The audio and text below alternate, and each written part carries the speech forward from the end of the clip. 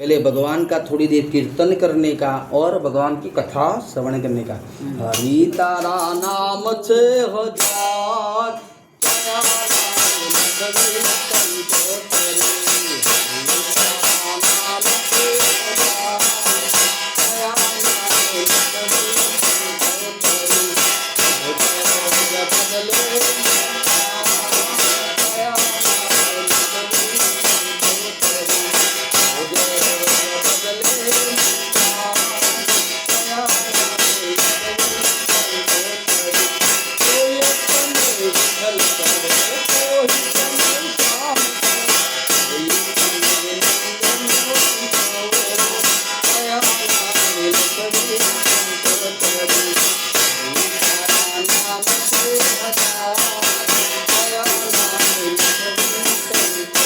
बदले बोलो कृष्ण कन्हैया लाल की जय। सत्यनारायण कथा का मांगलिक प्रश्न। तो मांगलिक चरण क्या है, कथा क्या है, कथा का रसपान क्या है और कथा क्या है। तो मैं ये दो बेंच और बैठे जितने लेडीज बैठी हैं उनको एक कटोरी में दूध देखूं और बोलूं ये दूध में से आप 10 दिन के बाद एक दीपक लगा के लाना, तो आप क्या बोलेंगे, पंडित जी दूध का दीपक होगा कि नहीं होगा। तो पण ऐसे ही जब दूध को आप मंथन करते हो तब दही बनता है, दही से बनता है नवनीत, नवनीत को जला के कंप्लीट करते हो एक चिकना पदार्थ मिलते हैं जिसको आज्य बोलते हैं। उसमें एक बात ये रखेंगे तो क्या होगा, लगाएंगे क्या होगा, दीपक। वैसे ही कथा मार्ग ऐसा है कि आपको आपका जीवन प्रभु को अर्पण करना, क्या करना है, प्रभु को अर्पण करना। अर्पण मतलब अपने जीवन भगवान को अर्पण करना। पर अपन क्या करते हैं, ये मेरा है, क्या करते, ये तो आपका क्या है, ये घर। अभी हम बोलो कि उनको बोले कि घर किसका, क्या बोलो मेरा, पर आपका नहीं है। घर प्रभु ने दिया है, आप तो सिर्फ मेहमान हो। कौन हो, भगवान के मेहमान। ये जो बोले ना करोड़पति वो बोले कि ये मेरा है, कोई बोले कि ये मेरा है, पर मैं सबको बोलता हूं कि आप भगवान के मेहमान हो, आप भगवान के ऊपर आप नहीं। क्यों कि जो ये घर बोला मेरा है, भले संजय भाई के नाम से हो या बाला देवी के नाम से, पर घर मेरा है। जब अंत समय जाए तो ये लेके जाए तो उसको 5 करोड़ का चेक लिख के दे दो, चलो अब्बज रुपए का चेक लिख को देखो, पर वो आपका नहीं। पर आपने जितनी पूजा किया, जितना जप किया, जितनी सेवा की, जितना दान दिया, वही आपका। पर माया छूटती है, माया नहीं छूटती, माया को छोड़ता भी नहीं है। माया छूटेगी तो अपन भगवान को प्राप्त करेंगे, पर माया छूटती है।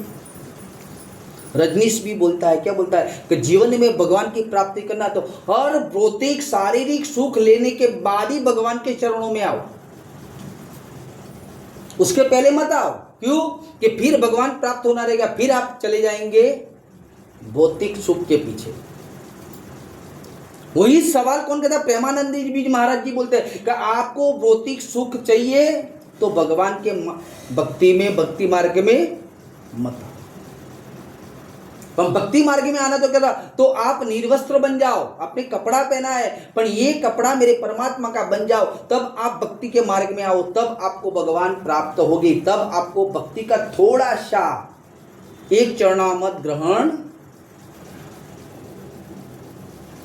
क्या चरणामत, आपको चरणामत मतलब ये पानी है, पर चरणामत किसको बोले, भगवान का चरण का थोड़ा सा रज अपने अंदर उतर जाए, उसको बोलते हैं चरणामत। तो मांगलिक प्रसंग बोले तो सत्यनारायण क्या है, पहले तो मैं बोलता हूं भगवान क्या, भगवान कहां से आए, भगवान है कहां। तो भ मतलब पृथ्वी, ब मतलब भूमि, ग मतलब गगन, अ मतलब अग्नि, व मतलब वायु, जो अंदर बैठा है वो बोल रहा है, वो वायु है। और न मतलब नीर, नीर मतलब जल। आपकी बॉडी में एक कलवर मैंने कलश रखा, कलश के आजू बाजू कलश है, अंदर क्या है? पानी है। पानी कितना परसेंट है? 70%। कितना परसेंट है? 70%। और 30% में हड्डी है, मांस है, जीव है, नाड़ी है, अंतस्करण है, सब है। और आपको पूछना तो डॉक्टर भी पूछ लो कि आपकी बॉडी में जल कितना, तो डॉक्टर बोलेगा 70% जल है। जल कम हो गया तो क्या चढ़ाएंगे, और बढ़ गया तो फेफसा से निकालेंगे। तो भगवान तो है, पर ढूंढते कहाँ? पत्थरों में जाके ढूंढते, ढूंढते कहाँ? मंदिरों में जाके ढूंढते। अंदर भितने की कभी, अंदर उतरने की कभी कोशिश किया? न करो तो मिलेगा। भगवान बोलता है मैं तो लेता भी हूं। और कृष्ण और विष्णु की भक्ति ऐसी है कि समय समय पे सब कुछ ले लेता है। समय समय पर आपकी बीबी भी ले लेगी, आपका बच्चा भी ले लेगा, आपका संतान भी ले लेगा। क्यों? कि आपको कभी परेशानी ना, पर इसको लगता है कि नहीं जरूरत है, तो समय समय पे वापस भी। ये भगवान है, ये सत्य है। आप रोज पूजा करो भगवान की, एक दिन झगड़ा करो, भगवान मुझे ये चीज चाहिए, क्यों नहीं दे रहा? पर उसके लिए आप इतने सक्षम नहीं हो। उसके लिए रोज 1 घंटा भगवान के लिए फाड़ना क्या चाहिए? समय निकालना। पर आप किसके पास समय निकलते हैं? गांधी के पीछे। 8 बजे ड्यूटी नहीं जाएंगे तो अपना दिन कट जाएगा। होता है ना बहन जी? रचना जी सही है ना? टाइम पे ड्यूटी नहीं जाएंगे तो अपना 1000-1200 कट जाएगा। तो जब तक गांधी के पीछे पक्केंगे तब तक मेरा नारायण किसी को मिलने वाला नहीं है। इसके लिए जो पान रखा है वो पान नहीं है, वो 5 प्राण है, यान व्यान उदान समान और प्राण। नारियल में भगवान ने 3 चीज रखा। क्या रखा? खोपरा रखा, ना पानी रखा और वाटी रखा। ये नारियल ने भी भगवान ने 3 ही चीज रखा। क्या रखा? देह रखा, आत्मा रखा और पानी रखा। यहां बोलता है कि पानी सूख जाए तो वाटी सी कोपरा अलग पड़ जाता है। भगवान बोलता है तेरे अंदर विकार और माया का पानी सूख गया, तब मैं तुझे मेरे शरीर से तुझे मेरा अनुभव प्राप्त होगा। क्या? शरीर में ही तुझे मेरा अनुभव प्राप्त होगा। पर अपन को अनुभव होते ना, रात में दिन में सो जाते हैं और दिन में उठ जाते हैं, दिन चिया कर लेते हैं। ये ऐसे भगवान नहीं मिलता। भगवान को मिलने के लिए बोले कि प्रभु को रोज मिलने जाते हैं, प्रभु तुझे मिले नहीं है, तेरी इबादत में कुछ खामी है, प्रभु को मिले नहीं। पर प्रभु को मिलना है तो एक दिन घर काट के दो, तो भगवान खड़ा हो जाएगा, रहने दे बेटा, तेरा घर की जरूरत नहीं है, तुझे क्या चाहिए बोल दे, तब भगवान मिलते हैं। पर समय उसके लिए रोज कंटिन्यूस निकालना पड़े। हम कभी बोलते भाई सूर्य का पानी चढ़ाओ, इसके लिए कितने बजे उठना चाहिए पंडित जी? 4 बजे उठना पड़ेगा। पंडित जी वो तो मैं नहीं उठ पाऊंगी, क्या करूं, परेशान हूं। पर जब बच्चा बीमार हो जाता है तो रातों रात जग लेते हो, पर भगवान के लिए परेशान उठ नहीं पाएंगे। ये मनुष्य का स्वभाव देखो। बातें बोलते हैं भगवान कुछ देता नहीं है, भगवान तो सब देने को बैठा है। भगवान तो बोलता है मैं तो देने के लिए बैठा हूं, मेरे भक्त को लेना नहीं आता, मैं क्या करूं। गुरु भी ऐसा ढूंढो कि अपन को मुसीबत में काम आए। फिर गुरु लोभी हो और चेला लालची हो, दोनों का नरक में ठेलम ठेल। यजमान का भी कल्याण नहीं होता और शिष्य का भी कल्याण। तो गु का मतलब क्या? गोबर। और गोबर में जो ज्ञान दिखाए, गोबर में जो मार्ग दिखे, उसका नाम गुरु। क्या है? गु मतलब गोबर। और गोबर में से जो ज्ञान निकाले और ज्ञान दिखाए उसका नाम। तो सत्यनारायण कुछ छोटी मोटी बात नहीं है, इसको पारायण बोलते हैं। क्या बोलता है? पारायण। भागवत कथा करो ना तो साइड में एक ब्राह्मण पारायण करता है, तभी वो कथा का फल मिलता है। क्या मिलता है? फल मिलता है। ये अपनी पोथी पूजा किया तो इस नीचे है ना जो पूजा, उसको सत्यनारायण भगवान की पोथी। उसको पारायण मैं कर रहा हूँ, मैंने कथा श्रवण की है, तो मैं आपको पारायण तो सुबह करना पड़ता है, उसके बाद कथा चालू होती है। तो कथा का महिमा क्या है? तो मैं बोला ना, कथा मतलब मंथन। क्या? मंथन। समुद्र मंथन हुआ, देव दानव संवादे मध्यमानो महोदर उत्पन्न तथा कुंभो विष्णुनाथ है। वह समुद्र मंथन हुआ, वासुकी नाम का नाग को क्या बनाया? रस्सा बना गया। एक बाजू देव और एक बाजू दानव, दोनों खींचने लगे। क्या प्रकट हुआ? अमृत रूपी कलश। किसका कलश? अमृत का कलश। बहुत सी चीज निकली। ऐरावत नाम का हाथी निकला, इंद्र राजा लेके गए। रत्न निकले, कुबेर भंडारी लेके गए। और जब विष निकला तो शिव जी लेके गए। और जब अमृत का कलश निकला तो देव और दानव क्या लगे? और राहु नाम का एक राक्षस था, उसको मालूम पड़ा कुछ उसमें दाल में काला।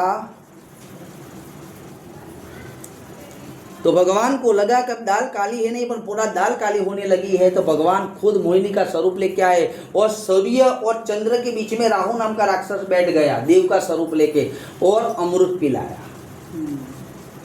भगवान को मालूम पड़ गया ये राक्षस है।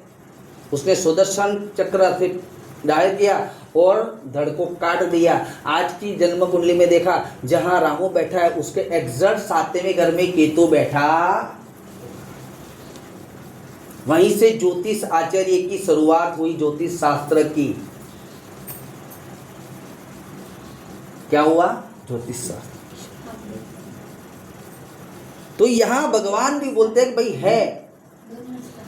इसीलिए भगवान की जो कथा हुई आरंभ, तब मोहिनी स्वरूप धारण किया। तो यहाँ सिकंद पुराण की कथा है, जिसको बोलते हैं सत्यनारायण की कथा। मांगलिक प्रश्न बताया कि सत्य એટલે क्या? अयन रूपी देह रूपी परमात्मा आत्मा होता है, वहां परमात्मा की पूजा होती है।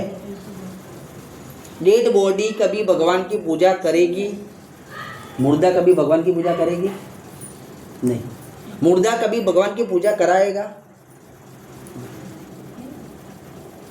डेड बॉडी के लिए भगवान की पूजा करेगी? आप करवाते कोई दिन मालूम नहीं है, क्योंकि आप डॉक्टर हो, नर्स हो, क्लास 1, पर आप भी कुछ नहीं कर पाते। क्यों? तो भगवान क्या बोला? देह रूपी परमात्मा, मैं तेरे देह में हूं तो तू मेरी पूजा करता है। जब भगवान को भी आना है जगत में, तो जीव के बिना ईश्वर नहीं आ सकता। रामचंद्र को आना तो किसकी कोख की जरूरत से पड़ी? कौशल्या की। कृष्ण को आना था तो देवकी की। और कली राजा आएगा तो भी एक ब्राह्मण स्त्री की अनिवार्य के सिवाय भगवान आने वाले। तो इधर भगवान का वर्णन बताया। और प्रथम स्कंद कहने जा रहा हूं, ध्यान से सुनना।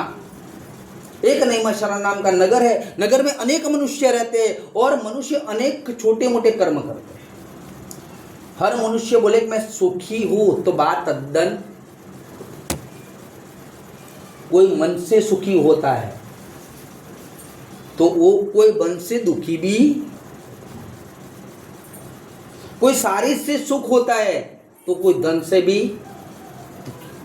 पर संपन्न सुख किसी को भगवान देता नहीं है। और संपन्न सुख देंगे ना तो क्या होगा मालूम है? भगवान को कोई मानेगा नहीं। क्या करेगा? भगवान को कोई मानेगा। तो भगवान बोलते हैं मैं संपन्न सुख तो किसी को देता नहीं। नरसिंह मेहता ने भगवान की भक्ति किया, उनको भी उनकी पत्नी छीन लिया, बालक छीन लिया, बेटा छीन लिया। जलाराम जी ने भी भगवान की भक्ति करी, खुद की पत्नी का दान मांग लिया। किसका? भगवान को बोले साला ऐसे भी मनुष्य के साला उनकी वाइफ का भी दान कर देते, मुझे तो उपाधि हो गई। तो बोले भाई ये झोली पकड़ और तू इधर खड़ी रहे, मैं आता हूं। तो भगवान तो गए वापस आए नहीं। बोले क्यों? फिर आई वीरबाई, जलाराम जी को बोलने लगी कि क्या? बोले वो तो संत मुझे झोली और कमंडर पकड़ा के गए, वो तो आप इधर आए नहीं, शाम हो गई। आज भी भगवान को देने वाले बहुत कुछ है, पर इबादत में कुछ खामी है। प्रभु को रोज देता पर प्रभु तुझे देता नहीं। क्यों? कि अपने में एक चीज बन गई मनुष्य में, चालेगा, दौड़ेगा और चलेगा। चलेगा दौड़ेगा और हेलो, जमेगा। हाँ मैं पूजा में बैठा हूँ, बाद में फोन करो। तो चलेगा दौड़ेगा और जमेगा, उसमें मजा। भगवान बोलता है चल मैं भी चलेगा दौड़ेगा वैसा ही तुझे काम कर देता हूँ। तुझे अच्छी नहीं चाहिए तो मैं भी चलेगा दौड़ेगा और चलेगा ही चलेगा।